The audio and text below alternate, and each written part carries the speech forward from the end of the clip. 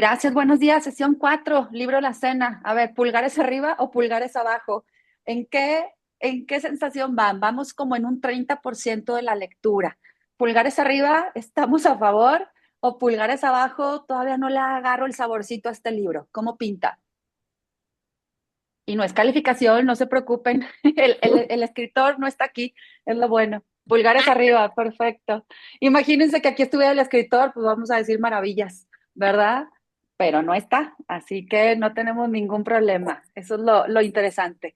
Bueno, pues la cena. En la cena, ¿qué estaba sucediendo? Seguimos adentrándonos en temas de maneja un político y habla de que adoptó a un hijo de África, adoptó a un joven de África, lo convierte en su hijo, el tabú de por qué adoptar, ya tienes dos, estamos hablando también de racismo ligeramente, estamos hablando una escena donde Paul va al baño y se topa con el señor, que es otro comensal del cine, perdón, del restaurante, y es un señor con barba, que casualmente es el que está sentado con una jovencita. Y siempre viene como el prejuicio de, de seguro es la novia mucho más joven del Señor y empieza otro conflicto de la edad, el amor, la edad. Entonces son temas muy aislados y muy ligeritos de lo que nos está tratando de hablar el libro La Cena del autor Koch holandés. Pues bueno, el capítulo 14 va de esta manera. El hombre de la barba se estaba secando las manos. Para entonces yo ya me había cerrado el pantalón. Di a entender que acababa de ir al baño. A pesar de que no se hubiese escuchado nada, me encaminé hacia la puerta. Ya tenía la mano en el pomo de acero inoxidable cuando el señor de barbas me dijo, ¿no le resulta un poco molesto a su amigo cenar en un restaurante siendo tan conocido? Se refería a Serge.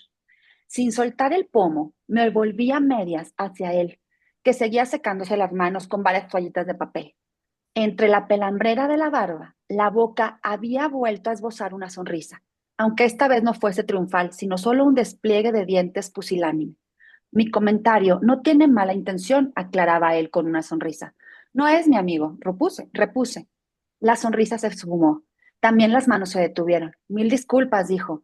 ¿Cómo los he visto sentados juntos? Pues me atreví a preguntar. Es que, ¿sabe? Mi hija y yo nos hemos propuesto no mirar.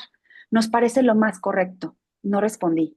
La revelación de que se trataba de su hija me sentó mejor de lo que estaba dispuesto a admitir. A pesar de su chorro ostentoso, el señor de barbas no había sido capaz de conseguir que una mujer 30 años más joven que él picase el anzuelo. Tiró los papeles en la papelera de acero inoxidable, era un modelo de tapa basculante y le costó un poco meterlo todo de golpe. Me preguntaba, añadió, me preguntaba si sería posible, bueno, mi hija y yo creemos que se avecina un cambio en nuestro país. Ella está estudiando ciencias políticas. Y bueno, me preguntaba si después podría hacerse una fotografía con el señor Loman. Sacó una reluciente cámara extraplana del bolsillo de su chaqueta. Será solo un momento, en verdad. Comprendo que están ustedes en una escena privada, no deseo molestarles. Mi hija no me lo perdonaría si se enterara de que me he atrevido a pedírselo. Ha sido la primera en decir que no hay que quedarse mirando a un político conocido en un restaurante, que no se le debe importunar en los escasos momentos privados que tiene y sobre todo que uno no debe pretender fotografiarse con él. Pero aún así, sé que le haría mucha ilusión a mi hija salir en una foto con Serge Loman, quiero decir. Me quedé mirándolo. Me pregunté cómo sería tener un padre al que no le pudieses ver la cara por la culpa de su barba descomunal.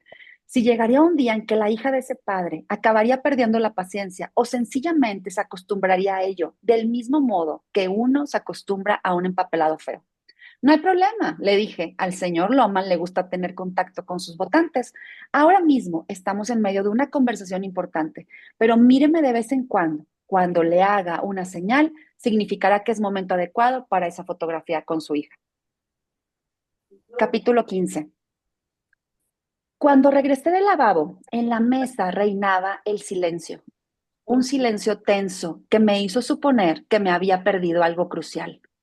Había vuelto al comedor junto al Barbas, él delante de mí, de modo que no me percaté del silencio hasta que llegué a mi mesa.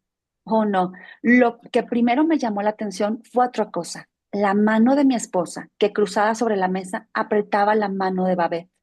Mi hermano miraba su plato vacío. Y no fue hasta después de sentarme en la silla que me percaté de que Babette estaba llorando.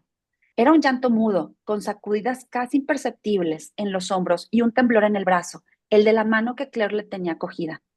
Busqué y logré contacto visual con mi mujer. Ella enarcó las cejas y le echó una mirada harto elocuente a mi hermano, que entonces levantó la vista del plato. Me miró con ojos borreguiles y se encogió de hombros. Bueno, Paul, llegas a tiempo, dijo. Tal vez habría sido mejor que te quedaras un rato más en el lavabo. Babette apartó bruscamente la mano de debajo de la de mi mujer, agarró la servilleta y la arrojó sobre su plato. ¡Qué cabrón eres! Le espetó a Serge echando las sillas hacia atrás. Un momento después avanzaba impetuosa entre las mesas, en dirección a los lavabos o a la salida, pensé, aunque me pareció poco probable que fuese a dejarnos plantados de ese modo. Sus gestos y la velocidad contenida con que se alejaba entre las mesas sugería que esperaba que alguno de nosotros fuese tras ella. Y efectivamente, mi hermano hizo el amago de levantarse, pero Claire le puso la mano en el brazo. Déjame a mí, Serge, le dijo, poniéndose en pie. También ella se alejó apresuradamente entre las mesas. Entretanto, Babette había desaparecido de la vista, por lo que me quedé sin saber si había ido a los lavabos o había optado por aire fresco. Mi hermano y yo intercambiamos una mirada. Intentó esbozar una ligera sonrisa, pero lo consiguió solo a medias. Es que empezó, ella miró alrededor y después acercó su cabeza a la mía. No es lo que imaginas, musitó en voz tan baja que apenas logré oírle. Tenía algo en la cabeza, en la cara. Era sin duda la misma cabeza y la misma cara, pero como si estuviese suspendida en el aire, sola, sin nada que la uniera al cuerpo, ni siquiera un pensamiento coherente. Me hizo pensar en un personaje de dibujos animados al que acaban de quitar de una patada la silla en que está sentado. El personaje permanece unos instantes suspendido en el aire antes de darse cuenta de que ya no tiene la silla debajo. Sí, con esa cara, me dije, se dedicase a repartir folletos a la gente corriente en el mercado, pidiéndoles el voto para las próximas elecciones, todo el mundo pasaría de largo sin siquiera mirarlo.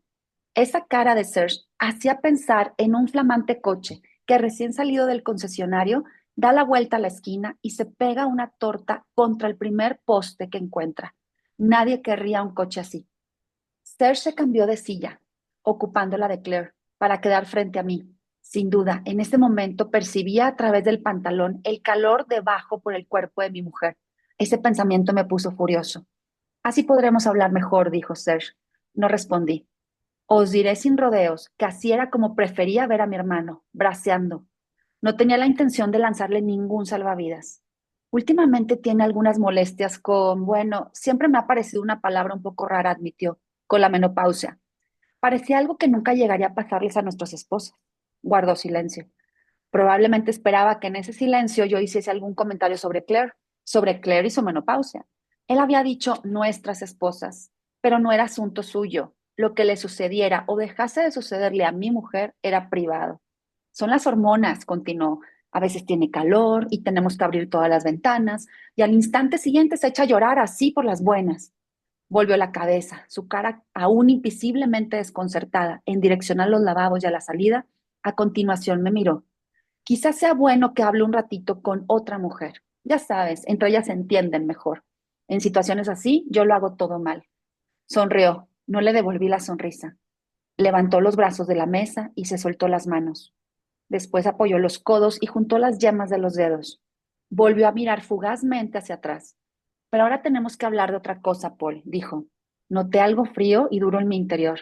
Algo frío y duro que ya llevaba allí toda la tarde y que en una fracción de segundo se hizo más frío y más duro aún. Tenemos que hablar de nuestros hijos, dijo Serge Loman. Asentí con la cabeza.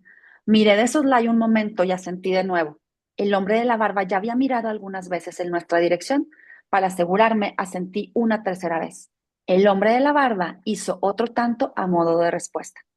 Vi cómo dejaba los cubiertos, inclinaba la cabeza hacia su hija y le susurraba algo.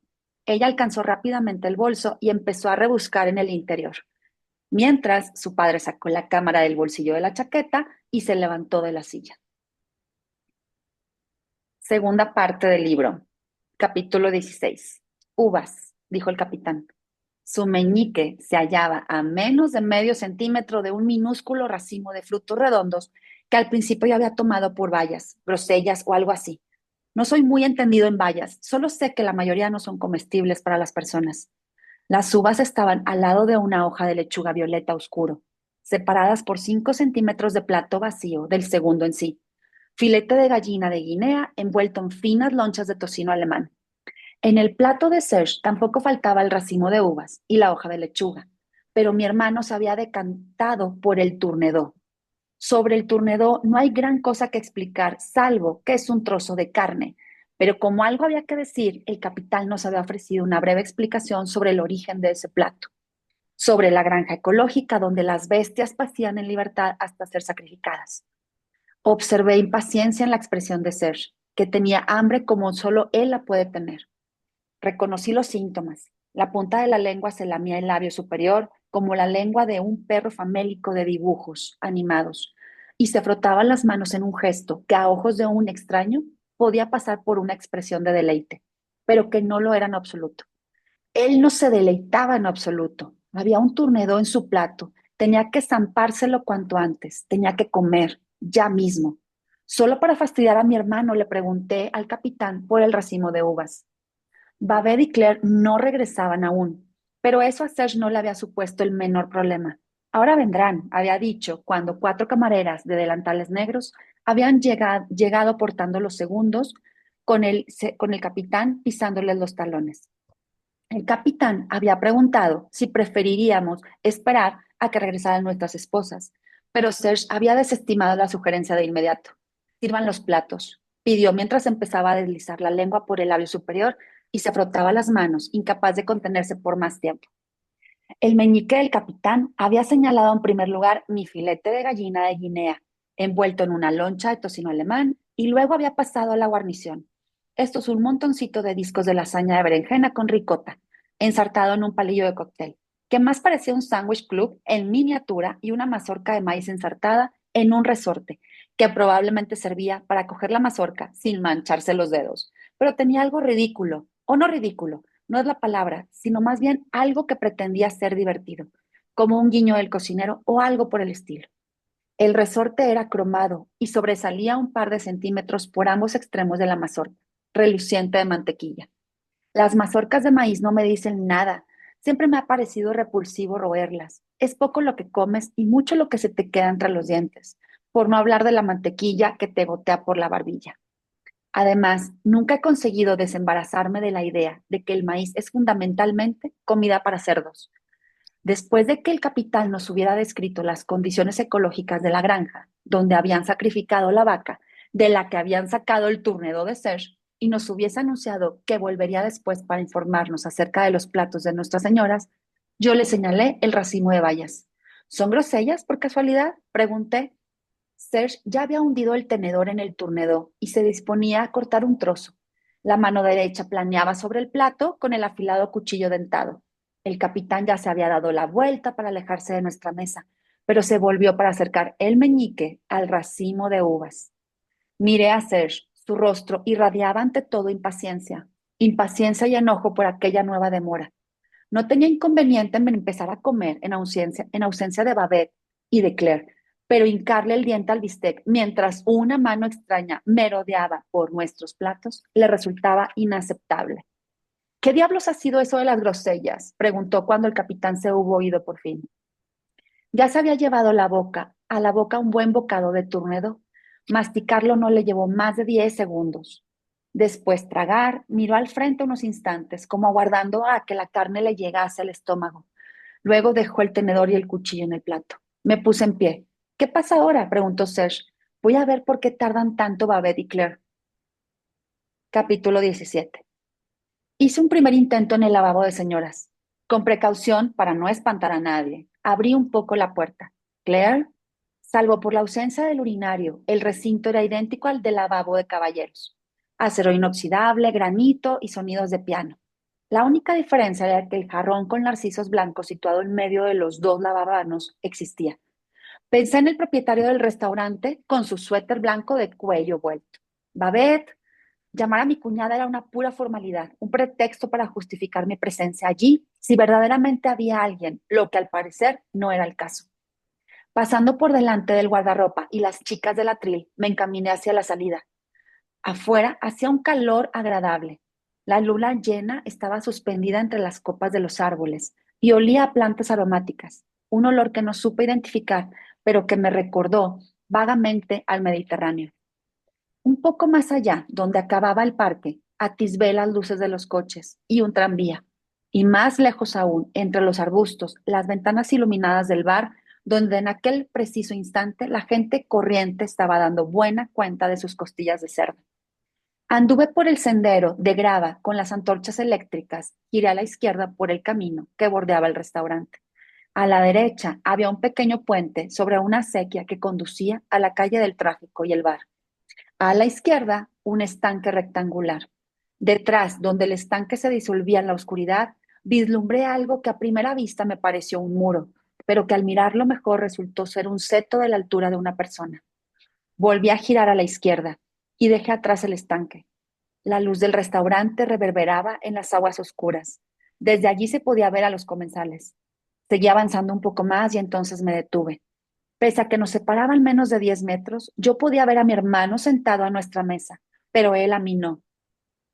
Mientras esperábamos a que nos sirvieran el segundo plato, yo había mirado muchas veces al exterior, pero desde la llegada de la oscuridad se distinguían cada vez menos cosas de fuera.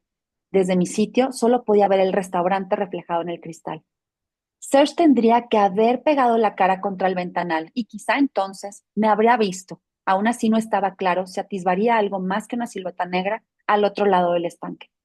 Miré, a juzgar por lo que se vislumbraba en la oscuridad, el parque estaba desierto. No había ni rastro de Claire y de Babette. Mi hermano había dejado los cubiertos y se limpiaba la boca con la servilleta. No alcanzaba a ver su plato, pero habría apostado a que estaba vacío. Se lo había comido todo. La sensación de hambre era agua pasada. Se acercó la copa a los labios y bebió. Justo en ese momento, el hombre de la barba y su hija se levantaron de su mesa para marcharse. Se detuvieron brevemente al pasar cerca de nuestra mesa y vi cómo el hombre levantaba la mano. La hija sonreía a Serge y éste elevaba la copa a modo de saludo. Sin duda querían agradecerle una vez más la foto. Serge había sido todo gentileza, sin pestañear siquiera, había pasado de ser un comensal en un momento de privacidad a su papel de cara conocida a nivel nacional. Una cara conocida que se había mantenido siempre fiel a sí misma, un hombre corriente, una persona como tú y como yo, alguien al que se podía abordar en todas partes y que no se ponía a sí mismo en un pedestal. Probablemente fui el único en detectar la arruga de enfado que se le marcó entre las cejas cuando nuestro vecino de mesa le dirigió la palabra. Le ruego que me disculpe, bueno, este señor de aquí me ha asegurado que no sería ninguna molestia que la arruga apenas duró un segundo y enseguida apareció el Serge Loman, a quien todo el mundo podía votar, el candidato a primer ministro que se sentía a sus anchas entre la gente corriente. Claro, claro, exclamó en tono cordial cuando el Barbas le mostró la cámara y señaló a su hija. ¿Cómo te llamas? Le preguntó a la muchacha. No era una chica especialmente bonita, la clase de chica que haría brillar pícaramente los ojos de mi hermano. No era una chica por la que se desviviría, como había hecho antes como la camarera torpe con aire de la actriz Scarlett. Pero tenía una cara dulce, una cara inteligente. Me corregí, demasiado inteligente para querer salir en una foto con mi hermano. Naomi, respondió ella. Ven a sentarte a mi lado, Naomi, dijo Serge. Y cuando la chica lo hubo hecho, le pasó el brazo por los hombros.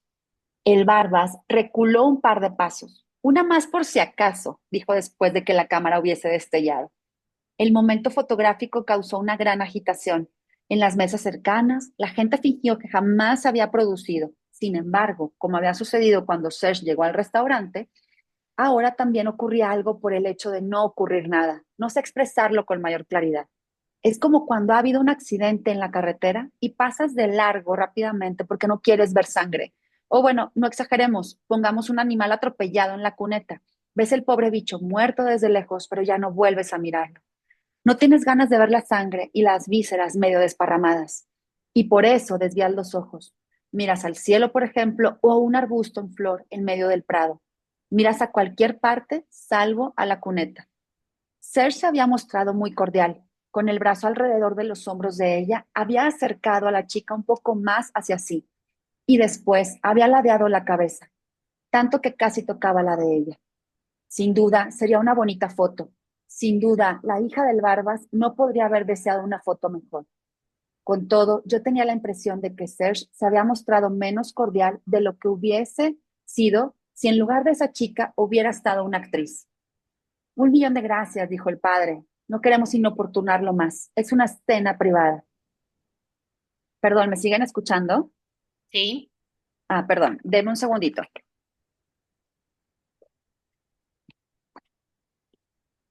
Es que me estoy dando cuenta que se me está acabando la pila de los audífonos.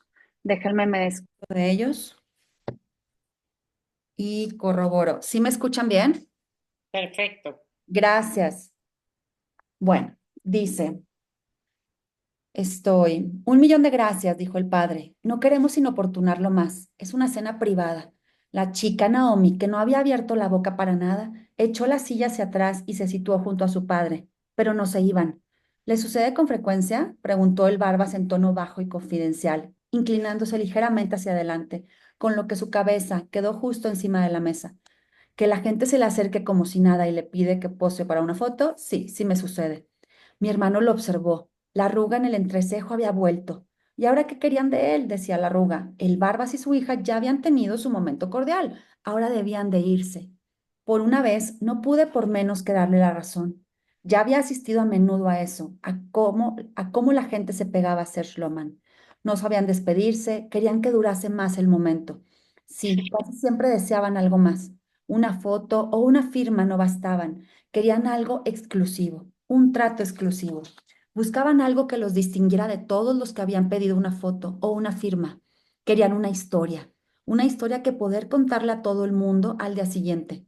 ¿Sabes a quién nos encontramos ayer por la noche? Sí, ese mismo, tan simpático, tan normal. Creímos que después de habernos hecho la foto, preferiría que lo dejásemos tranquilo, pero ¿qué va? Nos invitó a su mesa e insistió en que tomásemos una copa con él. Eso no lo hacen todos los famosos, pero él sí. Al fin estuvimos hasta bastante tarde.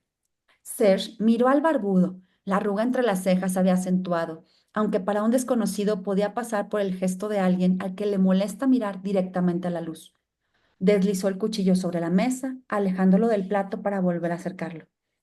Yo sabía cuál era el dilema al que se enfrentaba. Lo había visto con frecuencia, más de lo que habría deseado. Mi hermano quería que lo dejasen en paz. Ya había mostrado su lado más amable, echándole el brazo por los hombros a la hija, dejándose inmortalizar para el padre en una foto. Quien votara a Serge Loman estaría votando por un primer ministro corriente y humano. Pero ahora que el Barba seguía allí, esperando a que le dieran más palique gratis del que poder presumir el lunes delante de sus colegas, le molestaba. Serge debía contenerse. Un comentario mordaz o ligeramente sarcástico podía echarlo todo a rodar. El crédito conseguido se esfumaría, toda la ofensiva de encanto habría sido en balde. El lunes, el Barbas contaría a sus colegas que Serge Loman era un cabrón arrogante, un hombre al que se le había subido los humos a la cabeza. Al fin y al cabo, él y su hija apenas lo habían molestado. Solo le había pedido una foto y después lo habían dejado en paz para que prosiguiera su cena privada.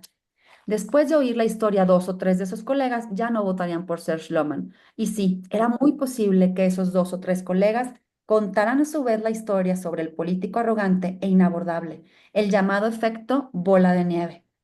Y como suele suceder con los cotilleos, la historia iría adquiriendo proporciones cada vez más grotescas de segunda, tercera y cuarta mano.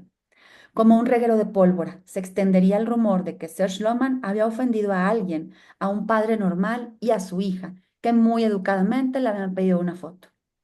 Pese a que se lo hubiese buscado él mismo, en aquel momento mi hermano me dio pena. Siempre me he mostrado comprensivo con las estrellas de cine y los cantantes que arremeten contra los paparazzis que los acechan a la salida de una disco o les destrozan la cámara. Si Serge decidía lanzarse contra el señor Barbas y atizarle un buen puñetazo en el morro que quedaba fuera de la vista por aquella barba de nanito, contaría con todo mi apoyo. Le sujetaría los brazos a la espalda, me dije, para que Serge pudiera concentrarse en la cara e imprimir más fuerza a los puñetazos pues al fin y al cabo tendría que abrirse paso entre la barba para lastimarle la cara de verdad. La actitud que Serge adoptaba ante la atención del público era cuando menos ambigua. En las ocasiones en que se convierte en propiedad pública, durante los discursos en los auditorios de provincias, mientras responde las preguntas de sus simpatizantes ante las cámaras o los micrófonos o reparte boletos en el mercado y conversa con la gente corriente o mientras subido a la tribuna recibe el aplauso. ¿Qué digo aplauso? La larga ovación del Congreso del partido en pie. Hasta lanzaron flores al podio, supuestamente de forma espontánea, aunque en realidad fue una maniobra de su estratega de campaña, en lo que no se había dejado ningún detalle al azar. En todos esos momentos, digo, Serge está radiante. No solo de felicidad o autocomplacencia, ni porque los políticos que quieren progresar no tengan otro remedio que estar radiantes, porque en caso contrario se les acabaría la campaña electoral en un santiamén. No, Serge está radiante de veras, transmite algo. No dejo de extrañarme y sorprenderme cada vez que veo cómo mi hermano, el patán torpe, el soquete obtuso del tengo que comer ahora, que se zampa un turnedó sin entusiasmo en 3 bocados, el mentecato que pronto se aburre y cuyos ojos se despistan en cuanto se habla de algo que no es el mismo, cómo ese hermano mío sube al podio y bajo la luz de los reflectores y los focos de televisión empieza literalmente a brillar, cómo, en definitiva, se convierte en un político carismático. Es su presencia, dijo en una ocasión la presentadora de un programa juvenil durante una entrevista para una revista femenina. Cuando estás cerca de él, sucede algo. Casualmente vi la emisión de ese programa juvenil y resultaba evidente lo que Serge hacía. Para empezar, estaba todo el rato sonriendo, algo que ha tenido que aprender a hacer, aunque sus ojos no sonríen y así se nota que no es sincero. Pese a todo, sonreía, que eso gusta a la gente. Por lo demás, se pasó la mayor parte de la entrevista con las manos en los bolsillos, no con expresión aburrida o de estar vuelto de todo, sino relajado, como si estuviese en el patio del colegio. Lo del patio del colegio se acerca bastante, pues la filmación se hizo en una asociación juvenil bulliciosa y mal iluminada al término de una charla. Era demasiado mayor para pasar por un alumno, pero sí parecía el profesor enrollado, el profesor en quien se puede confiar, que también dice de vez en cuando, coño, el profesor sin corbata, que en el viaje de fin de curso a París también bebe un poco más de la cuenta en el bar del hotel. De vez en cuando, Serge sacaba la mano del bolsillo para ilustrar con gestos alguno de estos puntos de su programa electoral, y entonces parecía que fuera a acariciarle el pelo a la presentadora y decirle que lo tenía muy bonito. Pero ese comportamiento cambia en su vida privada. Tiene la misma mirada que toda la gente conocida. Cuando va a algún lugar como ciudadano normal, jamás mira a los demás a los ojos. Su mirada vaga sin posarse en ningún bicho viviente. Mira los techos, las lámparas que cuelgan de esos techos, las mesas, las sillas, el cuadro en la pared o preferiblemente no mira nada. Entre tanto sonríe con la sonrisa de quien sabe que todo el mundo lo está mirando o que procura no mirarlo, lo que viene a ser lo mismo. A veces le resulta difícil separar la propiedad pública y las circunstancias privadas. En esos momentos lo ves pensar que no es mala idea aprovecharse un poco del interés público durante su vida privada, como sucedía esa noche en el restaurante. Miró al hombre de la barba y después a mí. La arruga desapareció. Guiñó un ojo y al instante metió la mano en el bolsillo de la chaqueta y sacó el móvil. Dispense, me dijo mientras miraba la pantalla. Debo atender esta llamada. Esbozó una sonrisa de disculpa. Pulsó una tecla y se llevó el móvil a su oído. No se había oído nada, ningún sonido normal de la llamada, ningún tono especial con una melodía, pero podía ser, era posible, el exceso de ruido exterior había impedido que el Barbas y Naomi lo oyesen.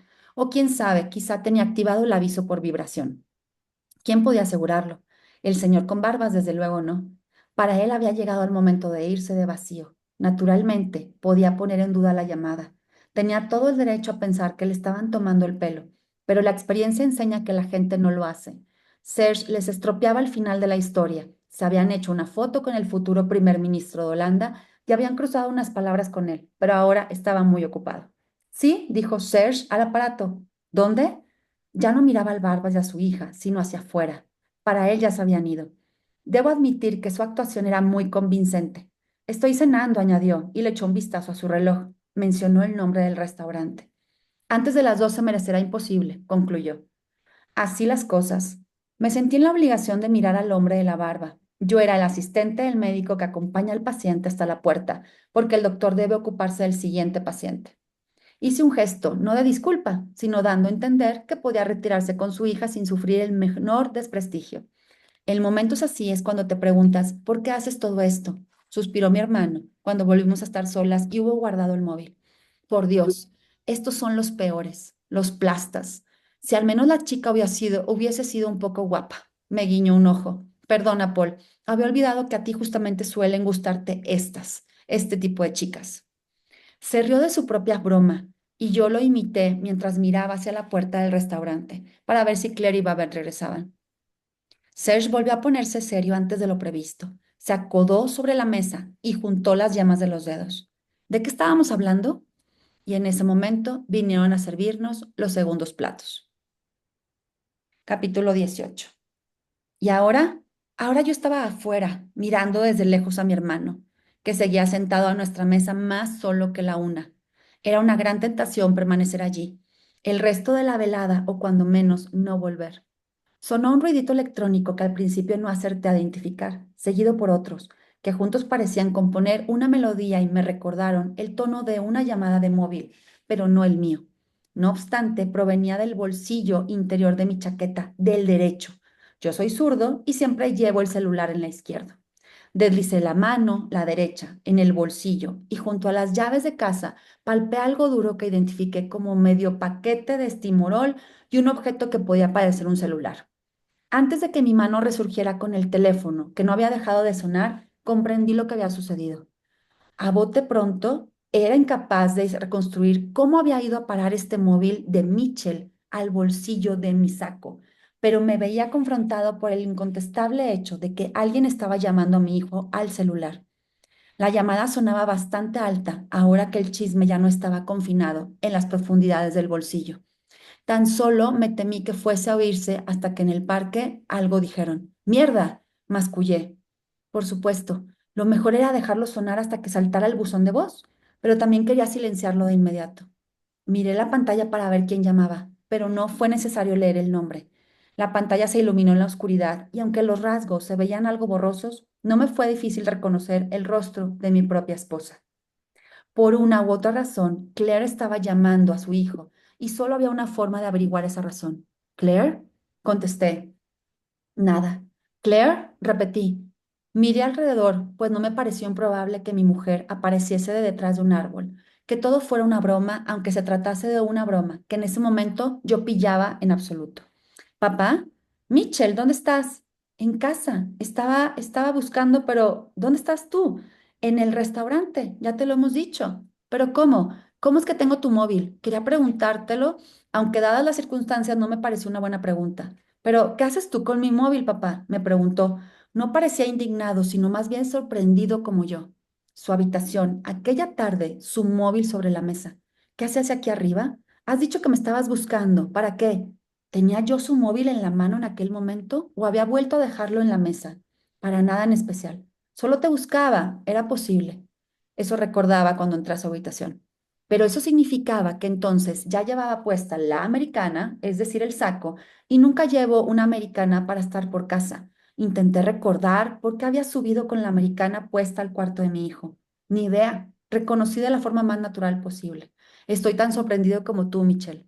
Bueno, nuestros móviles se parecen un poco, pero no puedo imaginarme que no lo encontraba por ninguna parte, me interrumpió Michelle.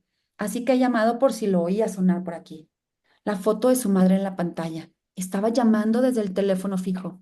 En la pantalla de su móvil aparecía la foto de su madre cuando lo llamaban desde el teléfono de casa, no la de su padre, pensé de pronto, o la de los dos. En ese mismo instante se me ocurrió lo ridículo que sería una foto de sus padres abrazados y sonrientes, sentados en el sofá del salón, un matrimonio feliz. Papá y mamá me quieren más que a nadie en este mundo. Lo siento, hijo, he sido tan tonto que me he metido tu móvil en el bolsillo. Tu padre se está haciendo viejo. Nuestra casa era mamá. Nuestra casa era Claire. Decidí no sentirme menospreciado y eso me tranquilizó en cierta medida. Ya no tardaremos mucho.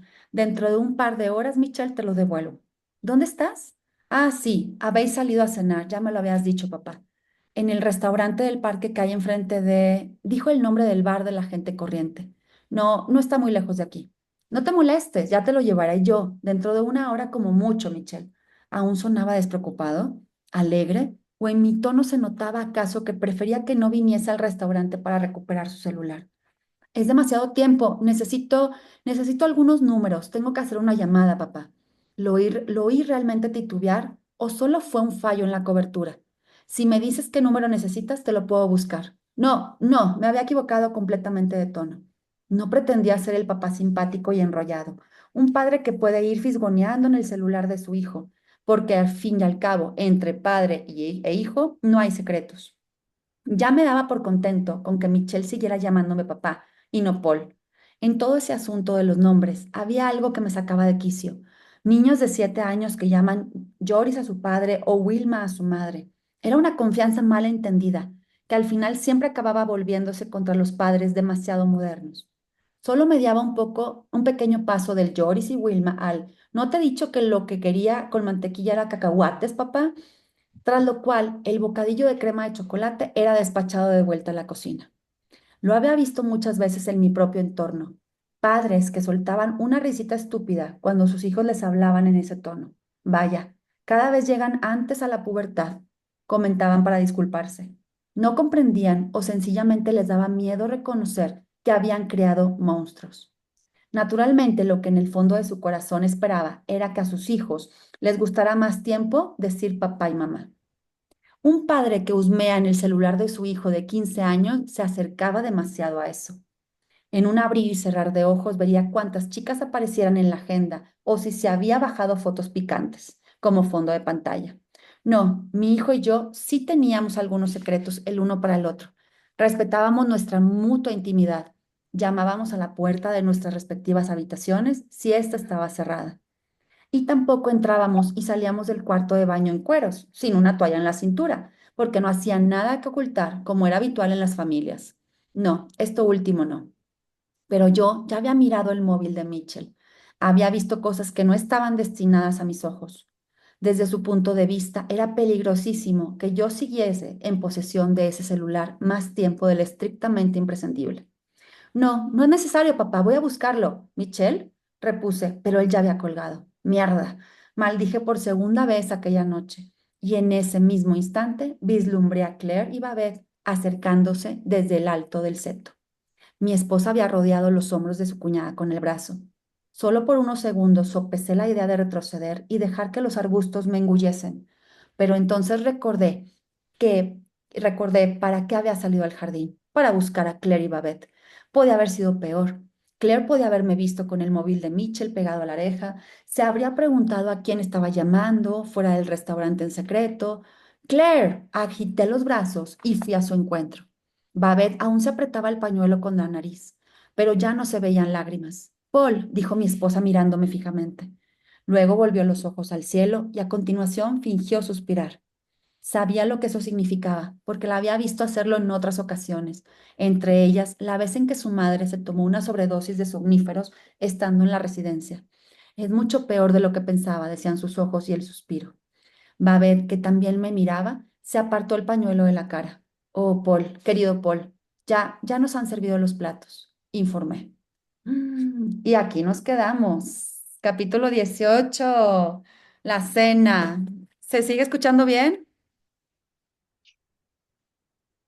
Se sigue escuchando Sí, bien. Voy a claro, cancelar. claro,